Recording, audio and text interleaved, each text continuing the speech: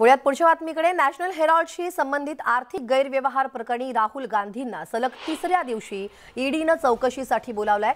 दरम्यान मंगळवारी राहुल गांधींची तब्बल 10 तास चौकशी करण्यात आली आणि राहुल गांधींच्या ईडी चौकशीमुळे काँग्रेसनं सलग 2 दिवस शक्ती प्रदर्शन देखील केलं।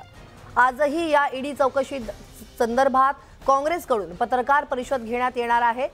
मोदी सरकारच्या धोरणांविरोधात राहुल गांधी सातत्याने टीका करत असल्याने ईडीच्या माध्यमातून त्यांना लक्ष्य केलं जात असल्याचा आरोप काँग्रेसकडून करण्यात येतोय।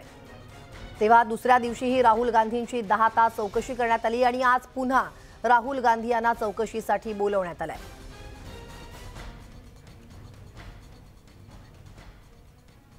सलग 2 दिवस राहुल गांधींची ईडीकडून झाडाझडती करण्यात आली। ईडी कार्यालयात चौकशीचा सामना करणारे राहुल गांधी आणि देशभर रस्त्यावर आक्रमक आंदोलन करणारे काँग्रेस कार्यकर्ते असं चित्र संपूर्ण देशाने पाहिलं। त्यामुळे राहुल गांधींच्या ईडी चौकशीतून काँग्रेसला नवसंजीवनी मिळणार का अशी चर्चा आता सुरू झाली आहे।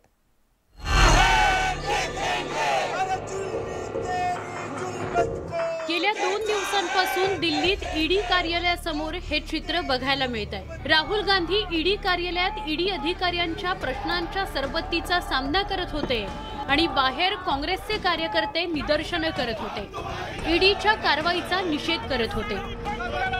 चौकशी करण्याबद्दल आमची हरकत नाहीये। आम्हाला फक्त एकच म्हणायचं की सर्व ज्या देशामधल्या संस्था आहेत, मग ते ईडी असेल, सीबीआय असेल,